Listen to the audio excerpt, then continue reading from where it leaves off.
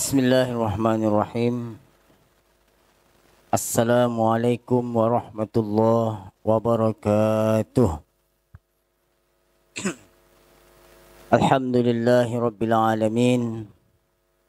Salawatullahil barrir rahim wal malaikatil muqarrabin ala sayyidina wa habibina qurrati a'yunina Muhammadin Thahal Amin wa ala alihi wa ashabihi ajma'in. Amma ba'du.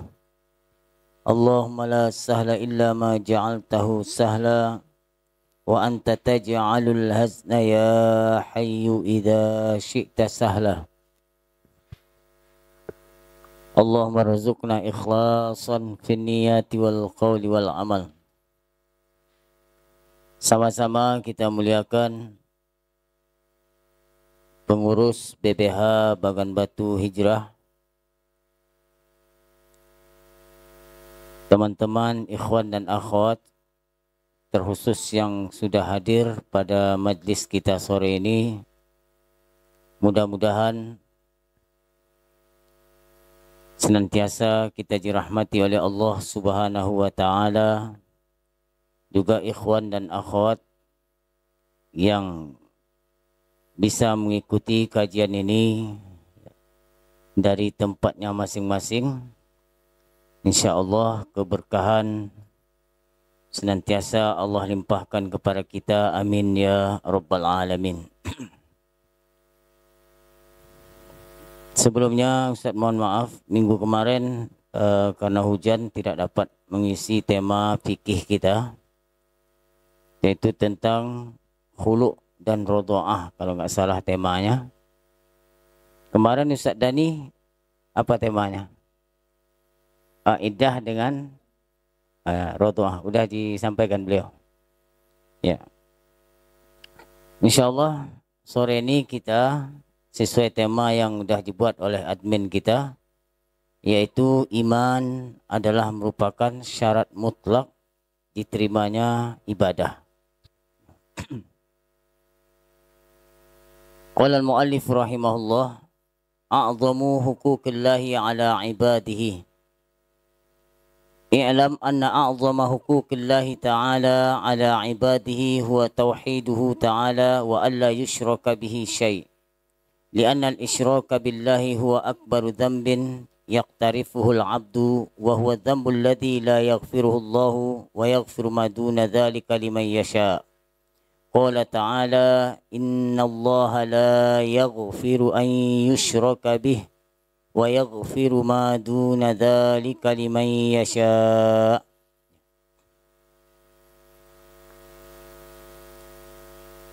Tema kita sore ini adalah iman merupakan syarat mutlak di amal ibadah.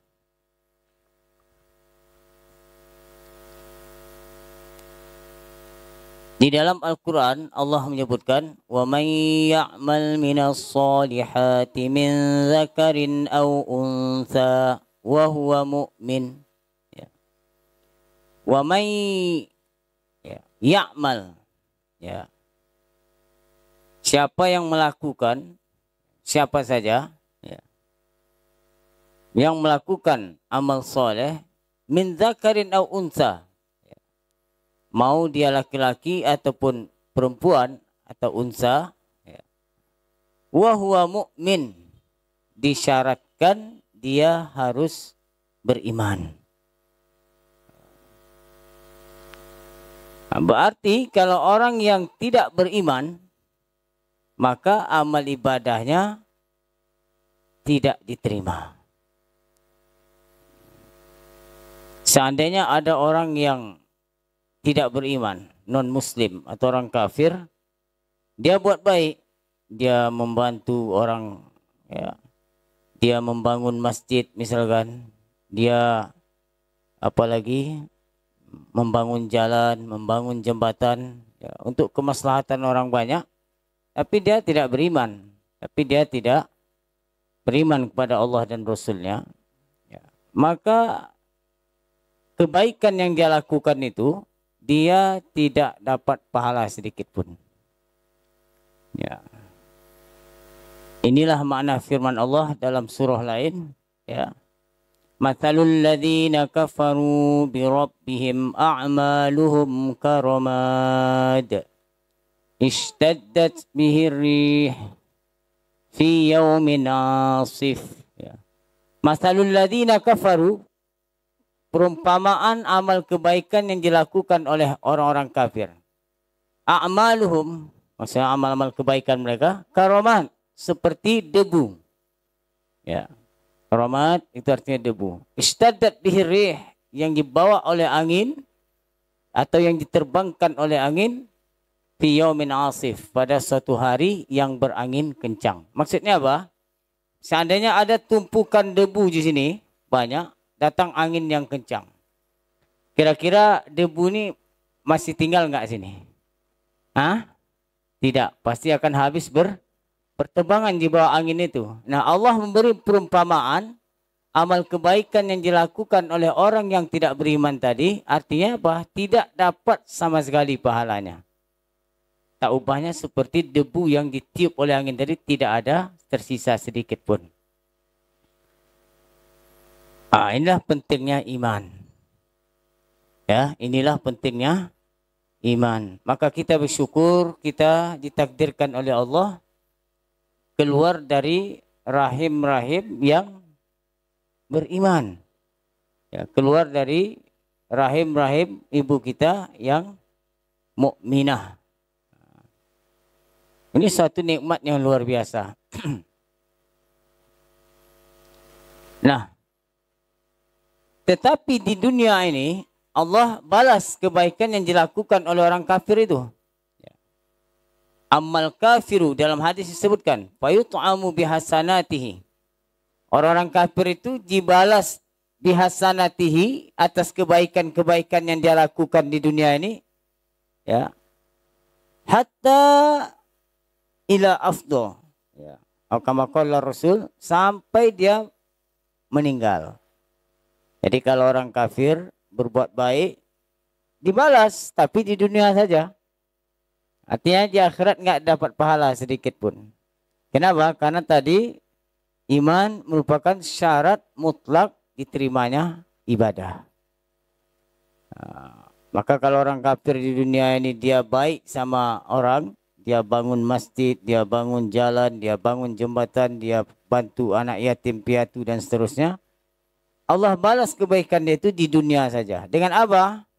Dengan diluaskan rezekinya, dimajukan usahanya, disehatkan badannya, diberi anaknya yang banyak, ya, dan seterusnya. Itu balasan di dunia saja. Makanya jangan heran kita, ya, kalau ada orang non-muslim yang baik sama kita, kasih sedekah kepada kita misalnya, atau setiap lebaran dia kasih kita setiap lebaran kurban dia kasih setiap masjid 1 ekor kambing, ya kan? Ya diambil aja, diterima aja. Tapi jangan disembelih atas nama kurban dia, tak sah juga. Ya. Terus atas nama siapa? Terserah, tergantung kesepakatan pengurus masjid. Ya. Misalnya Bang Jul jadi pengurus masjid itu kan, atas nama Bang Jul buat nggak apa-apa kalau setuju. Jangan atas nama orang non muslim yang bersedekah kambing tadi, karena tak boleh, karena dia belum beriman. Paham ya? Nah, itu. Jadi di dunia dibalas, tapi di akhirat tak dapat sedikit pun. Nah, iman, ya, itu adalah apa? Kewajiban atas setiap orang mukallaf.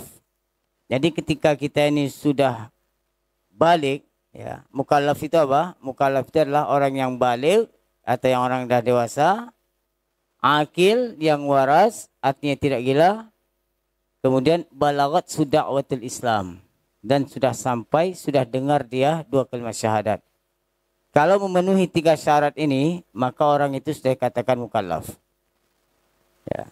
Apa kewajiban kalau dia sudah dikatakan mukallaf? ulama kita sebutkan dalam kitab mereka, yajibu ala kulli mukallafin ya ad-dukhulu fi dinil Islam. Pertama kewajiban dia adalah masuk ke agama Islam. Terus kita kan dah Islam Ustaz. Kita lahir dari orang tua yang muslim dan muslimah.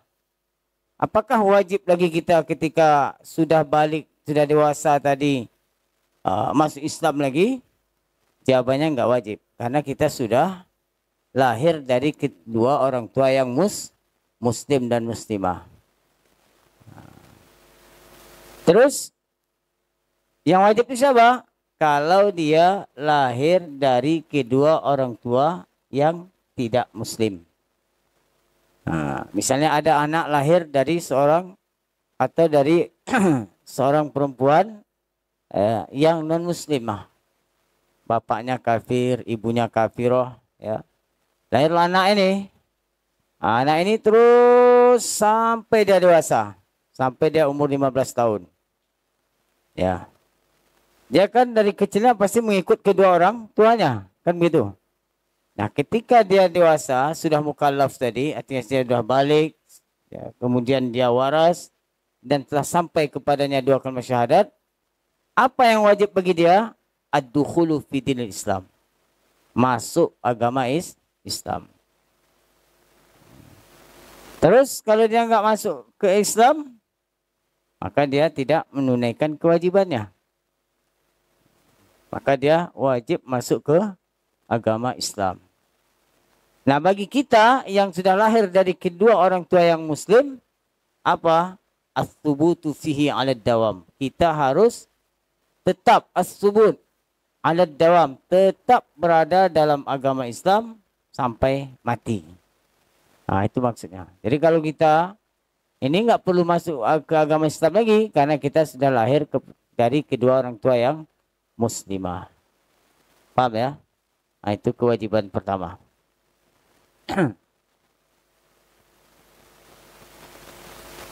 Nah, kenapa? Karena katanya di sini, i'lam anna a'zama huquqillahi 'ala ibadihi huwa tauhiduhu ta'ala wa alla yushraka bihi syai'. Kewajiban yang paling a'zam, kewajiban yang paling agung, yang paling besar ya terhadap kita, ya, itu adalah apa? Mentauhidkan Allah. Tauhiduhu ta'ala. Apa artinya mentauhidkan Allah? Artinya beriman kepada Allah. Mengesahkan Allah. Itu artinya. Tauhiduhu artinya mengesahkan Allah. Apa makna mengesahkan Allah? Artinya mensucikan Allah dari sesuatu yang tidak layak baginya. Itu artinya. Makanya disebutkan wa alla yusyraka bihi syai', dan tidak mensyarikatkannya dengan sesuatu pun. Itu arti tauhiduhu ta'ala. Jadi kalau kita beriman kepada Allah, itu artinya apa? Kita meyakini bahwa Allah itu tidak ada yang serupa dengannya. Tidak ada yang bersyarikat dengannya. Itu artinya tauhiduhu ta'ala.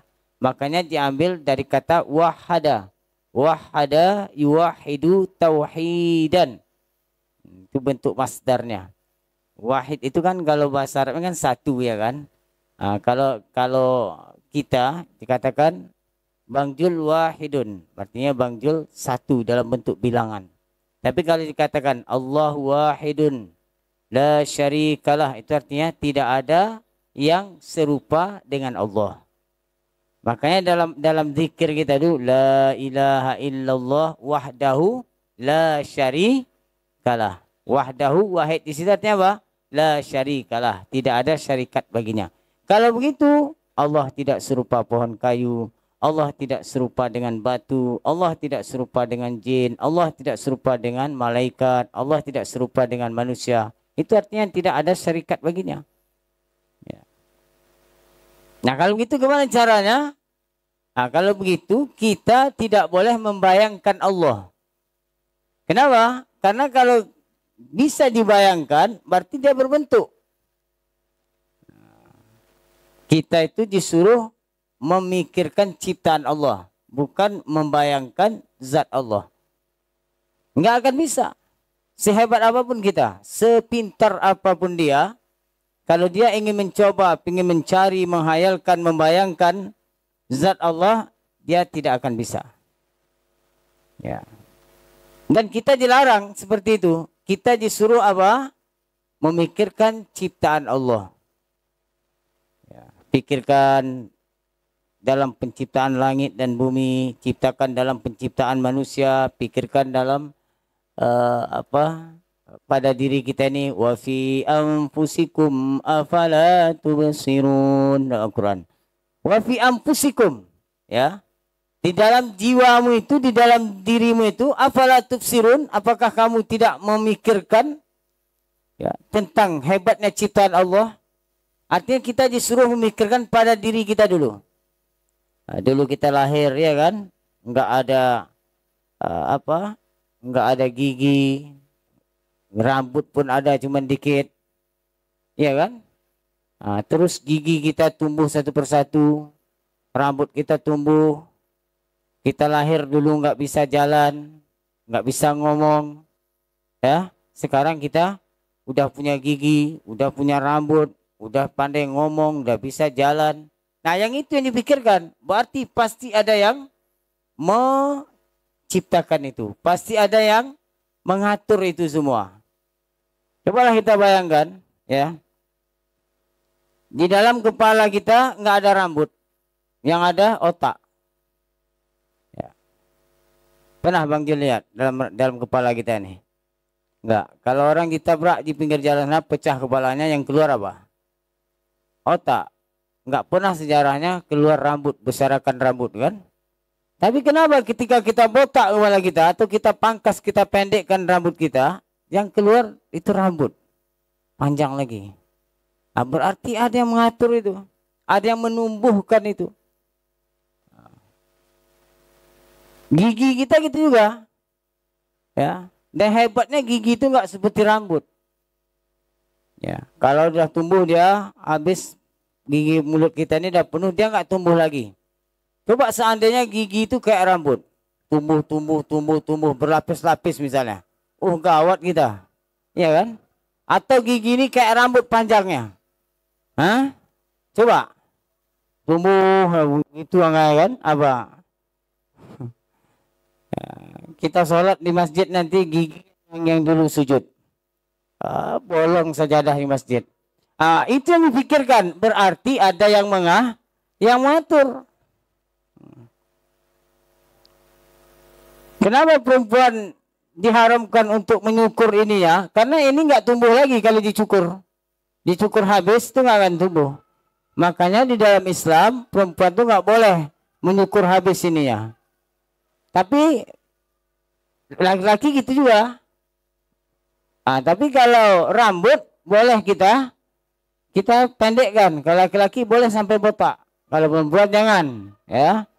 Tapi perempuan ketika rambutnya panjang sampai ke tumit dia potong sampai ke bahu misalnya, atau di bawah bahu, nanti kan tumbuh lagi, panjang lagi. Itu artinya apa? Allah yang mengatur itu semua. Itulah kita disuruh berpikir tentang itu, ya.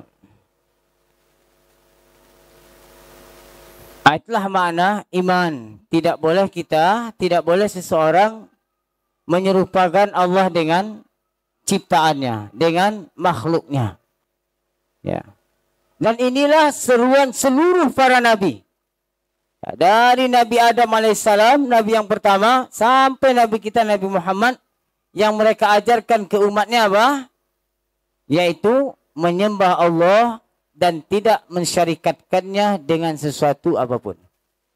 Nabi Adam, ya kan? Nabi Adam dulu mengajarkan anak-anak cucunya tentang pensucian Allah, ya. Nabi apa lagi? Nabi Nuh, Nabi Idris, Nabi Saleh, ya, Nabi Musa, Nabi Ibrahim dan seterusnya. Semua mereka mengajak manusia untuk menyembah Allah Subhanahu wa taala dan tidak mensyarikatkannya dengan sesuatu apapun. Ini prinsip dakwah seluruh para nabi dan rasul. Jadi nggak benar kalau ada orang mengatakan katanya Nabi Musa itu membawa agama Yahudi. Nabi Isa membawa agama Nasrani, itu enggak betul. Nabi Musa membawa agama Islam. Ya, Nabi Isa membawa agama Islam. Coba tengok dalam Al-Quran. Falamma ahassa Isa minhumul kufur. Qala man ansari ila Allah. Qala al-hawariyuna nahnu ansarullahi amanna billah. Washhad bi anna muslimun. Washhad bi anna muslimun. Berarti Muslim. Beragama Islam. Nabi Musa begitu juga. Sampailah ke Nabi kita. Nabi Muhammad sallallahu alaihi wasallam. Itu poin yang pertama.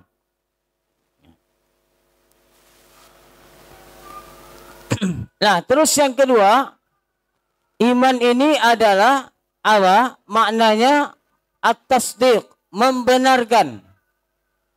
Mempercayai. Ya, itu arti iman. Jadi kalau orang katakan ana mukmin, itu artinya apa? Artinya saya percaya bahwa tidak ada Tuhan yang berhak disembah kecuali Allah. Itu artinya. Ya. Tapi kalau ada orang mengatakan saya mukmin, tetapi dia menyembah kepada selain Allah. Ya. Berarti apa? Berarti dia belum dikatakan seorang mukmin, walaupun dia ngaku-ngaku mukmin. Ada orang mengatakan saya Muslim, saya mukmin, tapi dia menyembah berhala, tapi dia menyembah pohon kayu misalkan. Ya, maka dia tidak dikatakan mukmin. Arti mukmin itu apa? Dia mempercayai bahwa Tuhan yang wajib disembah, bahwa Tuhan yang berhak disembah hanya Allah Subhanahu wa Ta'ala. Itu arti al-iman. Paham? Percaya bahwa tidak ada yang berhak untuk disembah kecuali Allah. Percaya bahwa Allah pencipta segala sesuatu. Jadi kalau dia katakan, saya beriman, kata dia, saya seorang mukmin, tapi dia mengatakan ada pencipta selain Allah, berarti dia belum dikatakan mukmin. Jadi makna iman itu apa? At-tasdiq. Artinya mempercayai bahwa tiada Tuhan yang berhak disembah kecuali Allah. Bahwa tiada pencipta kecuali Allah. Bahwa ya tidak ada yang mengatur segala sesuatu ini kecuali Allah Subhanahu wa Ta'ala. Itu artinya beriman kepada Allah. Terus yang kedua, iman kepada Rasul. Iman kepada Nabi artinya apa? Mengimani, mempercayai. Ya, iman tadi kan sudah kita jelaskan. Artinya at-tasdiq, mempercayai bahwa Allah Subhanahu wa Ta'ala mengutus para nabi dan rasul. Ya, bukan hanya 25. Yang 25 yang kita hafal itu yang nama mereka disebutkan dalam Al-Quran. Nabi itu banyak. Ya. Nabi itu banyak. Ya, Rasul juga banyak. Tapi lebih banyak Nabi. Ya. Tapi kok 25 Ustaz? Kita sering disebutkan wajib mengetahui katanya 25 Nabi. Itu maksudnya 25 yang nama mereka sering diulang-ulang di dalam Al-Quran. Ya, sebenarnya jumlah Nabi itu banyak. 124.000. Sebagian ulama katakan jumlah para Nabi itu 124.000. Ya, sebagian ulama mengatakan tidak dibatasi 124.000. Lebih dari itu. Rasul jumlahnya sebagian ulama katakan 313. 313 Rasul.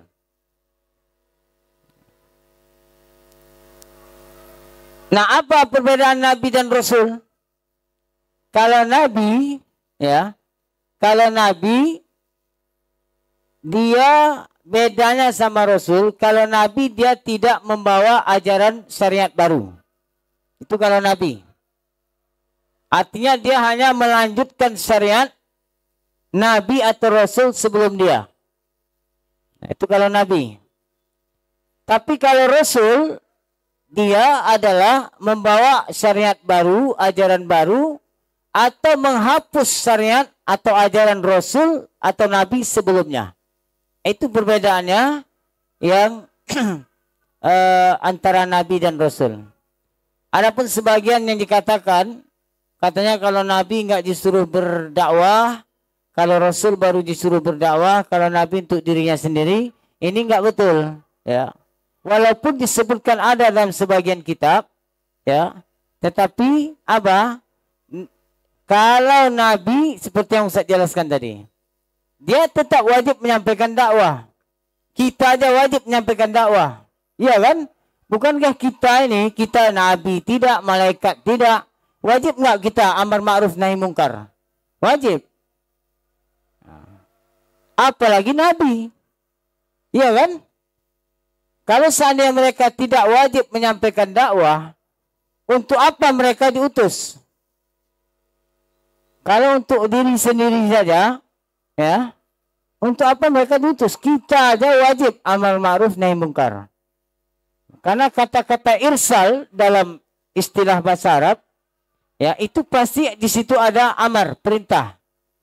Kalau utus, misalnya saya mengutus Bang Jul ke Bagan Sapi Api, pasti ada saya perintah Bang Jul, entah menyuruh mengambil berkas atau mengambil uang dan seterusnya. Berarti ketika saya mengutus, di situ ada perintah. Nah, kalau kita orang biasa aja diwajibkan amar ma'ruf nahi mungkar, bagaimana dengan mereka para nabi dan rasul yang memang tujuan mereka diutus adalah untuk lihidayatin nas, untuk menunjukkan manusia kepada jalan yang benar. Jadi perbedaannya Nabi dan Rasul itu hanya sedikit saja. Apa? Kalau Nabi tidak membawa ajaran baru, tidak menghapus ajaran syariat Nabi sebelumnya. Tapi kalau Rasul, dia bisa membawa ajaran baru atau menghapus ajaran Nabi atau Rasul sebelumnya. Contoh misalkan, Nabi Adam alaihissalam, ya. Di syariat Nabi Adam alaihissalam itu dibolehkan nikah dengan saudara kandung. Ya kan? Di syariat, di ajaran Nabi Adam alaihissalam boleh nikah dengan saudara atau saudari kandung yang bukan kembarannya. Yang bukan apa? Yang bukan kembarannya. Nah, setelah Nabi Adam wafat, datanglah seorang nabi namanya Syith. Ya, Syith ini anak Nabi Adam. Anak terakhir Nabi Adam atau anak bungsu Nabi Adam. Dia diangkat menjadi nabi setelah wafatnya Nabi Adam. Di syariat Nabi Syith itu tidak boleh lagi nikah dengan saudara kandung walaupun bukan kembarannya. Berarti kan Nabi Syith menghapus syariat Nabi Adam dalam hukum pernikahan tadi. Maka Nabi Syith ini disebut seorang rasul dan seorang nabi. Makna iman kepada nabi mempercayai apa yang disampaikan oleh nabi. Paham?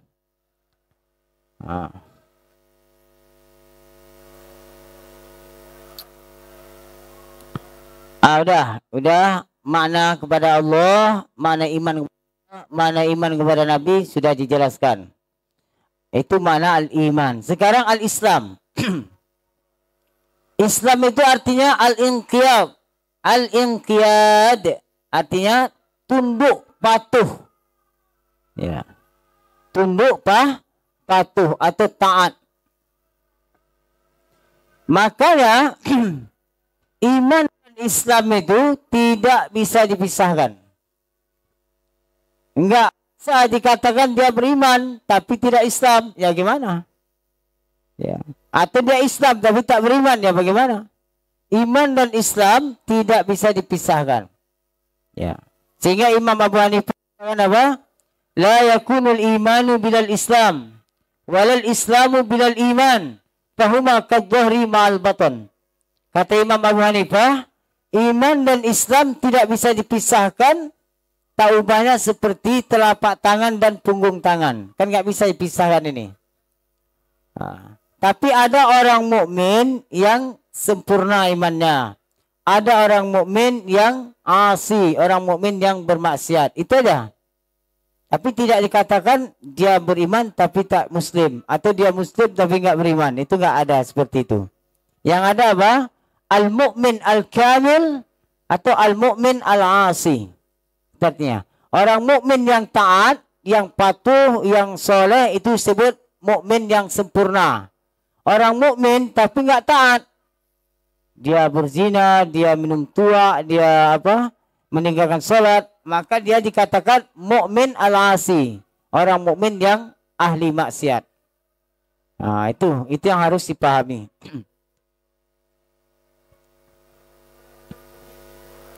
Jadi mana Islam tadi adalah tunduk, ya, taat, patuh, itu mana Islam. Maka ditengok kalau dia seorang mukmin, kemudian dia soleh, dia melakukan sholat 5 waktu, dia tinggalkan maksiat, dia tidak melakukan hal-hal yang dilarang oleh Allah, maka ini orang disebut al-mu'min al-kamil, orang beriman, orang mukmin yang sempurna imannya. Ada orang beriman, dia mukmin, tapi dia tak pernah sholat, dia tinggalkan sholat, datang bulan puasa, dia enggak berpuasa, ya. Maka ini disebut al-mu'min al-asi, orang beriman, ahli maksiat. Ini artinya apa? Orang beriman yang tidak sempurna imannya. Itu perbedaannya di situ.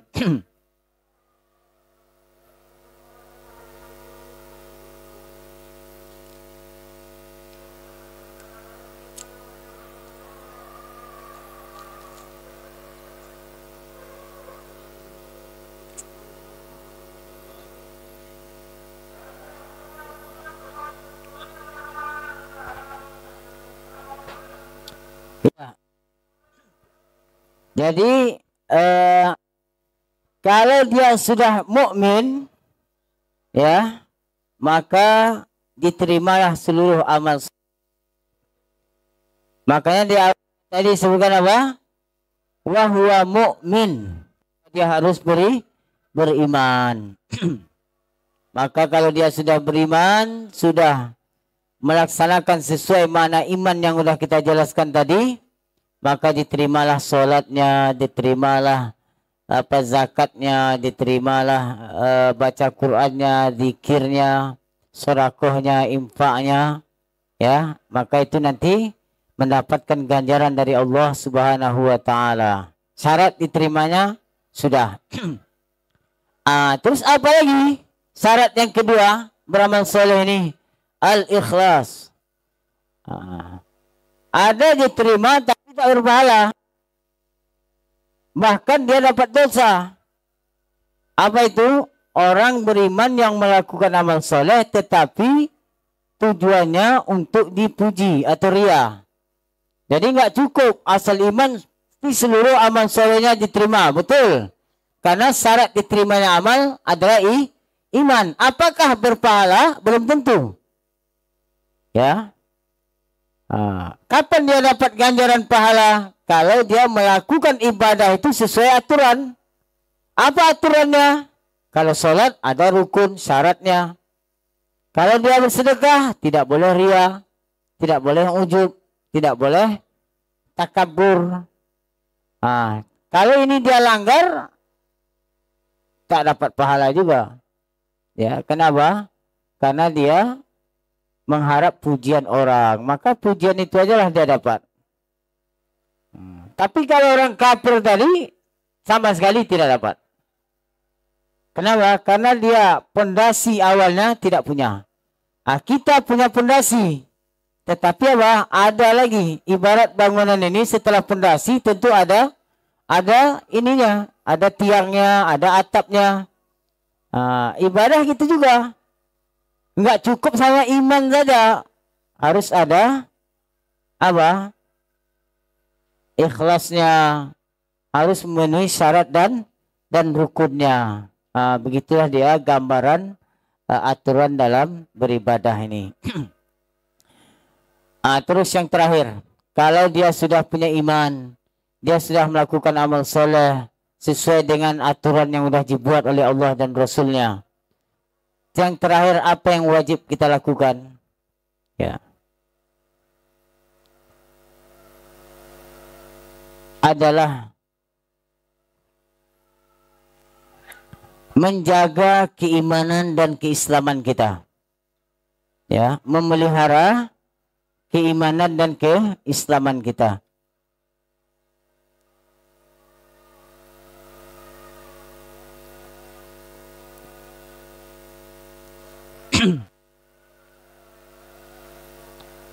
Ya, konsentrasi pada pengajian. Biar aja udah ada yang ngatur gue itu. Ini kalau datang gue, udah hilang. Hilang konsentrasinya.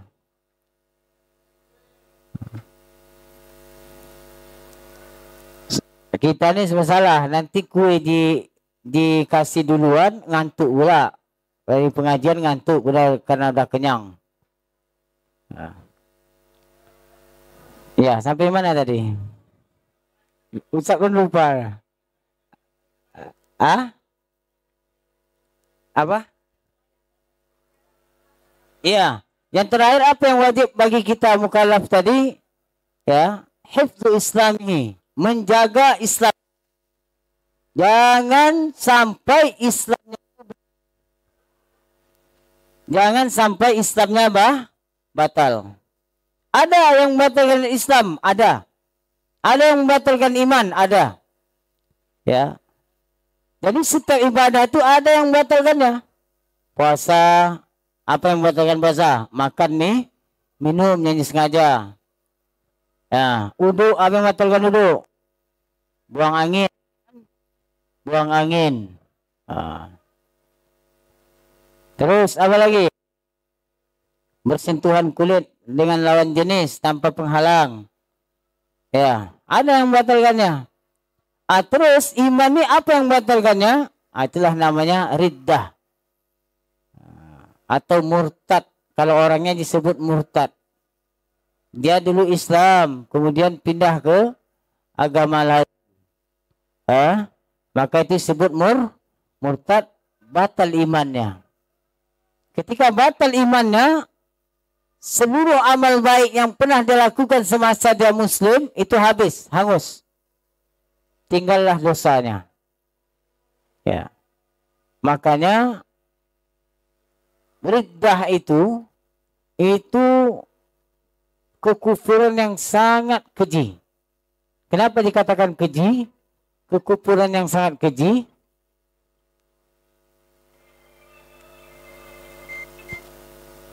Karena yang dulunya dia punya amal banyak, punya pahala banyak, ketika dia terjerumus dalam kekufuran atau murtad tadi, apa? Habis amal baik itu terhapus. Tinggallah kejahatannya. Maka ulama kita ingatkan, wajib kita menjaga keimanan dan keislaman kita. Ya.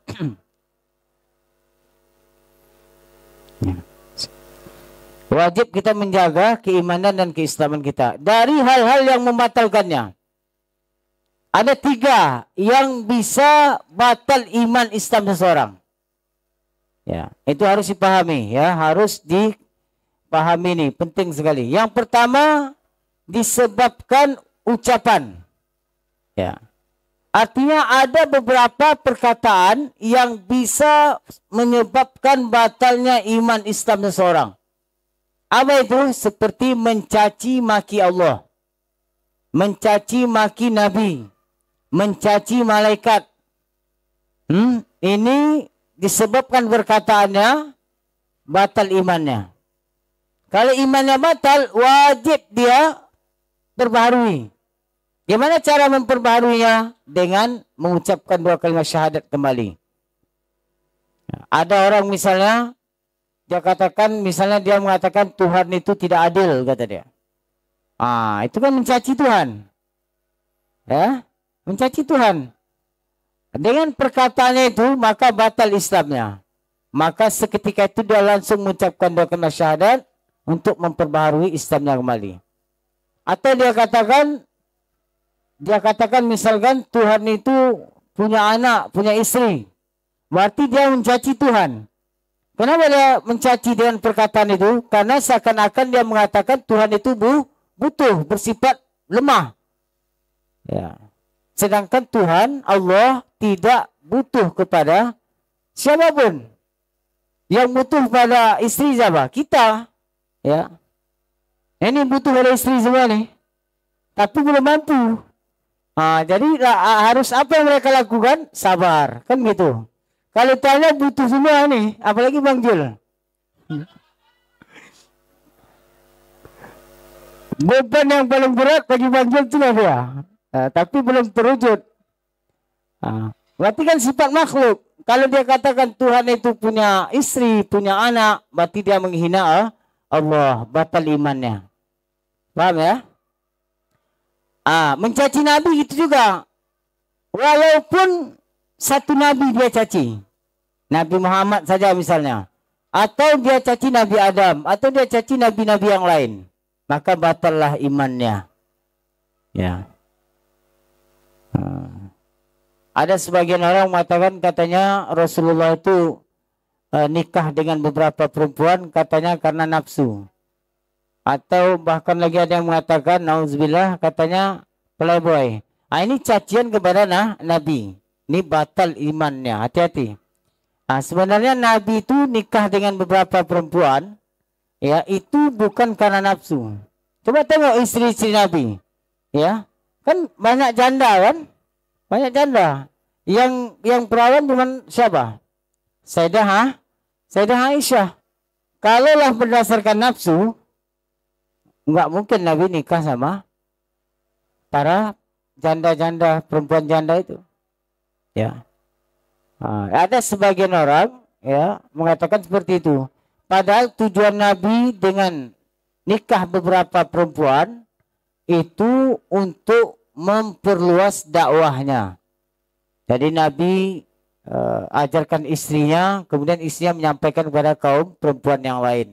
Karena ada beberapa masalah itu yang enak ngajar itu perempuan. Misalnya masalah haid, masalah nifas.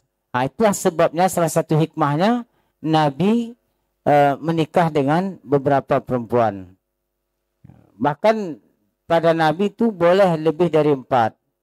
Kalau kita orang biasa ini itu hanya 4 saja. Jangan nanti lebih dari 4, Bang Yul. Alasnya ngikut Nabi. Tidak, beda. Nabi ada aturan tersendiri, kita ada aturan tersendiri. Paham ya? Itu. Jadi dengan sebab mencaci Allah, mencaci Nabi atau mencaci malaikat, atau dia marah-marah dengan malaikat, meninggal misalnya orang tuanya, atau meninggal keluarganya, atau meninggal temannya, atau meninggal pacarnya. Terus dia marah, dia sumpah-sumpah, dia caci maki malaikat Azrail itu. Itu batal iman dan Islamnya. Jadi nggak boleh kita mencaci Allah, mencaci malaikat, mencaci Nabi. Kenapa? Karena ini bisa membatalkan iman. Paham ya? Terus yang kedua disebabkan keyakinan. Itulah seperti yang meyakini Tuhan itu bertempat, punya tangan, punya mata, atau dia meyakini Tuhan itu berada di satu arah, atau dia meyakini Tuhan itu serupa dengan makhluknya. Keyakinan-keyakinan yang seperti ini menyebabkan batal imannya. Terus yang ketiga, perbuatan. Perbuatan ini seperti apa? Seperti menginjak Al-Quran, sujud kepada pohon kayu, sujud kepada batu, sujud kepada matahari. Itu kan perbuatan. Ya, dengan sebab itu batal imannya. Walaupun niatnya enggak menyembah, sujud saja, ya. Niatnya enggak menyembah, cuma sujud saja, batal imannya. Beda kalau dia sujud kepada sesama manusia. Ya. Misalnya seorang istri sujud pada suaminya. Di sini baru ada perincian hukumnya. Ini perlu diperhatikan. Kalau sujud kepada selain manusia, sujud kepada batu, sujud kepada pohon kayu, sujud kepada matahari, sujud kepada rembulan, sujud ya, sujud betul, bukan menundukkan ini ya, sujud betul. Kayak sujud solat itu niat menyembah atau tidak menyembah, itu batal imannya. Tapi kalau dia sujud kepada manusia, seperti anak sujud kepada bapaknya, istri sujud kepada suaminya, atau santri murid sujud kepada gurunya. Ini kita tengok, kalau niat dia menyembah, ya batal imannya. Karena tidak ada yang berhak disembah kecuali Allah. Tapi kalau niat dia atau tujuan dia sujud kepada suami tadi untuk menghormati, karena suaminya baik, ya kasih dia duit banyak, ya kasih dia apa yang dia mau, terus dia hormat sama suaminya sampai sujud, ini hukumnya haram. Kalau niat dia menghormati, hukumnya haram. Jadi kalau kalian nanti sudah nikah, sudah punya suami, dapat suami yang bagus, ya, tanggung jawab, kasih nafkah berlebih, ya, jangan sampai sujud, ya, cium tangannya aja, atau cium dahinya, atau cium apa lagi, pipinya, jangan sampai sujud, paham ya? Itu. Makanya dalam hadis disebutkan, seandainya kata Nabi saya bolehkan seorang itu sujud kepada orang lain dengan niat untuk menghormati, la amartum ra'ata an tasjuda li zaujiha. Kalau seandainya boleh, ya kalau seandainya boleh seorang itu sujud kepada seseorang dengan tujuan menghormati, maka aku pasti akan perintahkan seorang perempuan, seorang istri untuk sujud kepada suaminya. Ini maksud hadisnya apa? Makin tingginya derajat suami kita di dalam rumah tangga itu. Tapi nggak boleh, makanya tidak boleh sampai sujud. Paham ya? Itu dia. Atau menginjak Al-Quran. Menginjak Al-Quran, ya, dengan sengaja. Niatnya menghina Al-Quran atau tidak, tapi dia injak dengan sengaja, maka itu batal imannya. Nah, ini perlu diperhatikan. Ada sebagian toko-toko buku, dia nggak paham, nggak belajar, ya. Dia ngambil sesuatu yang di atas, nggak sampai, dia jadikan Al-Quran itu sebagai tangga, sebagai tanjakan. Niat dia kan nggak menghina, tapi untuk mengambil sesuatu yang tinggi tadi. Itu juga kena. Ya. Kenapa? Karena perbuatan dia itu sudah menunjukkan penghinaan. Walaupun niat dia tidak niat menghina. Ini contoh perbuatan.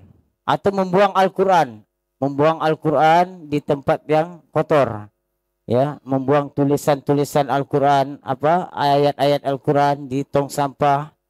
Nah, ini termasuk kalau dia buang itu dengan tahu kalau yang dibuang itu artinya dengan sengaja. Tapi kalau dia berjalan dalam kegelapan terus terinjak, dia nggak tahu itu Al-Quran, terpijak karena gelap tak nampak, ya itu tidak. Ya, itu. Paham sampai sini?